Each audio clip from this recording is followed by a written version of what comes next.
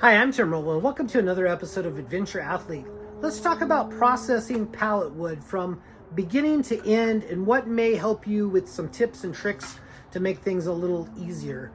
For myself, I like to process pallet wood because it's usually cheap and I can find a pallet somewhere laying around. I don't go steal them, but a lot of people discard them, and so that's always a little bit of treasure for me.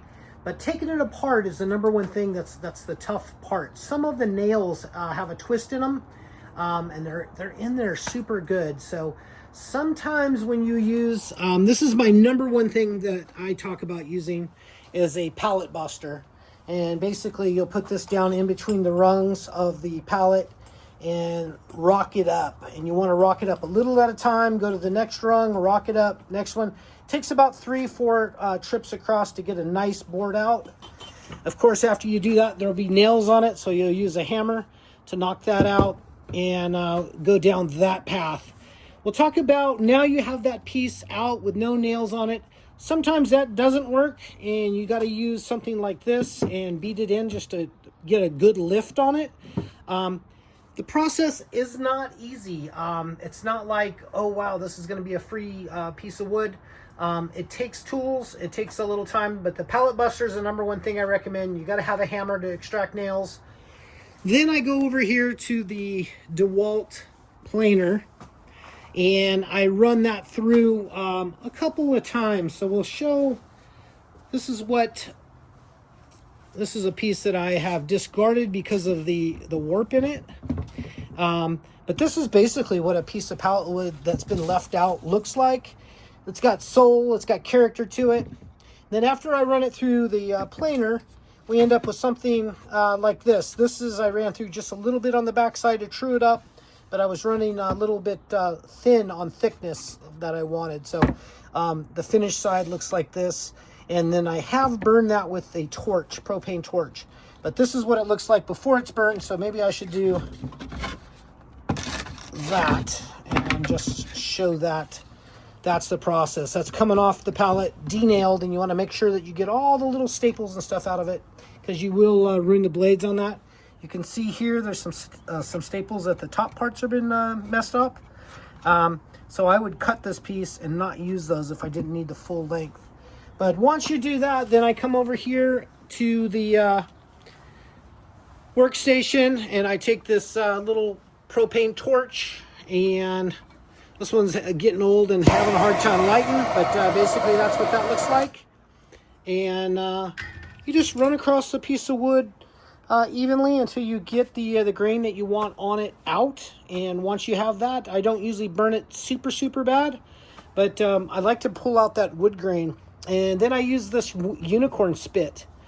And I'll have links to all of this down in the description. But use the unicorn spit, get this done, let that dry. That's I got a separate video on that, but just a quick recap. You use water, you spray water, run a bead of that, and then you can run blends and anything you want to do. So that's what I use. This is going to go inside on a splash guard behind the stove. And once I get to this spot right here, I run that 2X clear. And I put a nice gloss coat on it. So this right here is done in green. And this has got 3 coats of gloss on it. Now that I have this medicine cabinet built.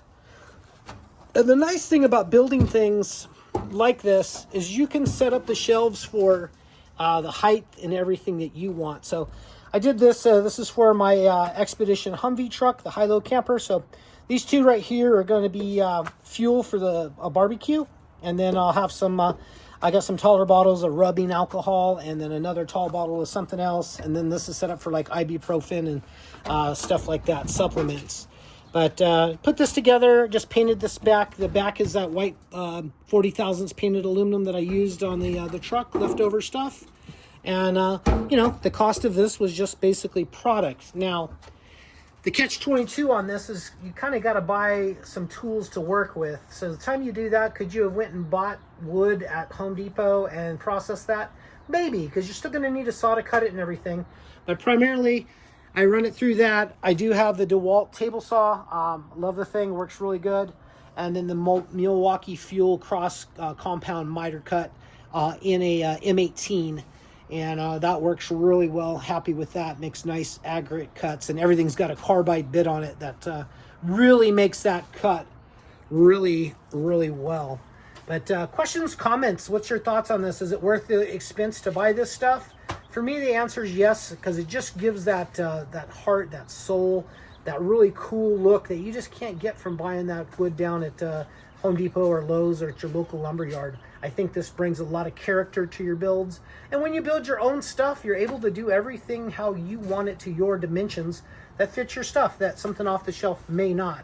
For instance, I built that medicine cabinet for the truck to fit in a specific area, and I was able to maximize the space and get a mirror out of it also. So questions, comments, please hit me up down below. Let me know what you think. I'm looking for people to leave comments just to help the algorithm a little bit. If anything I can do to help you guys, I'm here to serve you. Let me know. That's going to be it for now. I'm Tim Roble, and I'll catch you here next time.